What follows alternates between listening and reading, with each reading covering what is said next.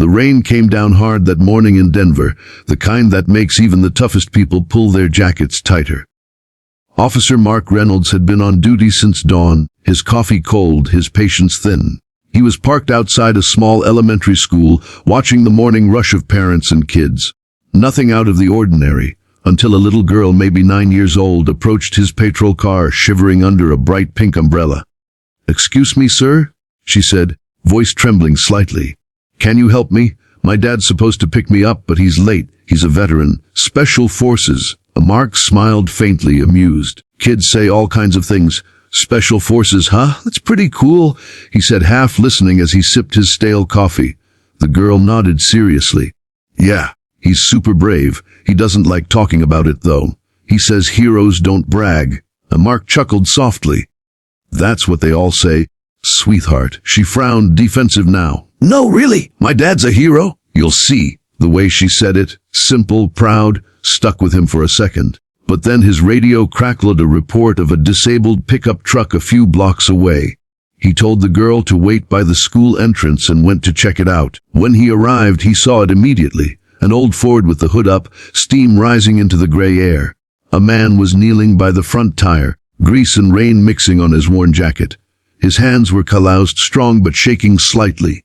"Everything okay, sir?" Mark called out, stepping closer. The man turned, eyes alert but calm. "Just overheated. I'll have it fixed in a minute. My daughter's waiting at school." Mark noticed the patch sewn onto his sleeve, faded but recognizable. "A Special Forces insignia." He blinked. "You served?" The man nodded. "Yes, sir. 10th Group, retired." Mark's chest tightened. The 10th Special Forces Group was no joke. Elite, real heroes. And then, as if on cue, the little girl came running through the rain. "Daddy?" She threw her arms around him, and for a moment time just paused. The tough soldier, kneeling in the mud, holding his daughter tight as she laughed into his shoulder. Mark swallowed hard. He'd been wrong. This wasn't some fantasy from a kid's imagination. This was real, a quiet kind of courage. "Sorry for not believing her," Mark said quietly. "She told me you were Special Forces." I laughed. The veteran smiled, still holding his daughter. "It's okay. Most people don't believe it anymore. I just try to keep her world normal." Mark nodded. "She's proud of you." The man looked at his daughter, brushing wet hair from her face. "She's the reason I made it back." Something in his tone made Mark pause. "Made it back." The man stood slowly. "Lost most of my team overseas. Came home different. Took a long time to remember how to live again. She helped me do that." Mark felt a lump in his throat. Here was a man who'd carried the weight of invisible wars, and still managed to show up every day for the one person who needed him most. The rain slowed, softening to a drizzle. Mark opened his trunk, grabbed his toolkit, and joined the man by the hood. "Let's get you back on the road," he said. Together they worked in silence, the cop and the soldier. Two men from different battles, both learning something about strength that had nothing to do with muscles or medals. When the engine finally roared back to life, the little girl clapped. "See, Daddy, I told you someone would help." Her joy was contagious. Mark smiled, feeling lighter than he had all week. The veteran extended a hand. "Thanks, officer." "No," Mark said, shaking his head. "Thank you for everything." They stood there for a moment, sharing a quiet understanding words couldn't touch. As the truck pulled away, the little girl waved from the window, that pink umbrella now resting beside her. Mark watched them disappear down the road, rain misting the air again. He didn't know their names, but he'd never forget that moment. Because sometimes, the truest heroes aren't the ones who wear uniforms anymore. They're the ones who keep going, who keep loving, who keep showing up. And as Mark sat back in his cruiser, he whispered softly to himself, "Now that's what a hero looks like." Mark sat in his cruiser for a long time after they drove off. The hum of the engine and the patter of rain on the windshield filled the silence. He thought about the way the little girl had said, "He doesn't like to talk about it."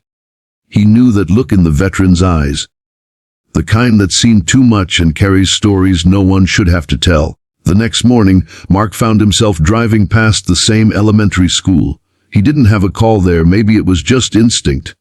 As the morning bell rang, he saw the same pink umbrella bobbing along the sidewalk. The little girl spotted him immediately. "Officer Mark," she called, grinning from ear to ear. He stepped out of his car. "Hey, soldier," he teased. "You made it to school on time today." She giggled. "Daddy's truck is working again. He said the nice police officer fixed it." Mark smiled. "Well, your dad did most of the work. He's pretty handy." Her expression softened a little. "Is always fixing things, but sometimes he just sits real quiet, like he's somewhere else."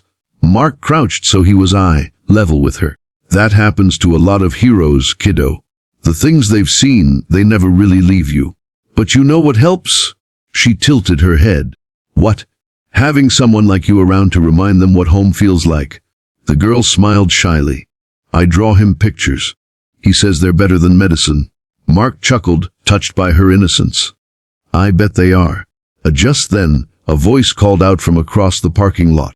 "Lily, let's go." It was her dad, the same man from the day before, clean-shaven now but still carrying that quiet heaviness. When he saw Mark, he nodded politely. Mark walked over. "Morning. Hope the truck's holding up." The veteran smiled faintly. "Runs better than I do, that's for sure." They both laughed. Mark hesitated, then said, "You know, yesterday I didn't get your name."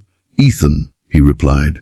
"Ethan Cole." Mark extended his hand. "Reynolds. Mark Reynolds." Ethan shook it firmly. His grip was strong, steady, but behind it was something deeper, a silent understanding that passed between two men who'd seen different kinds of battles. "You from around here, Ethan?" Mark asked. "Moved here last year," Ethan said. After things got hard. Needed a fresh start. Somewhere quiet for her." He glanced toward Lily, now showing her friend a drawing from her backpack. Mark nodded slowly. "She's lucky to have you." Ethan looked down, his voice quiet. "No, I'm lucky to have her. Some nights I still wake up, sweating, hearing things that aren't there. But then I hear her laugh in the morning and it's like the world makes sense again."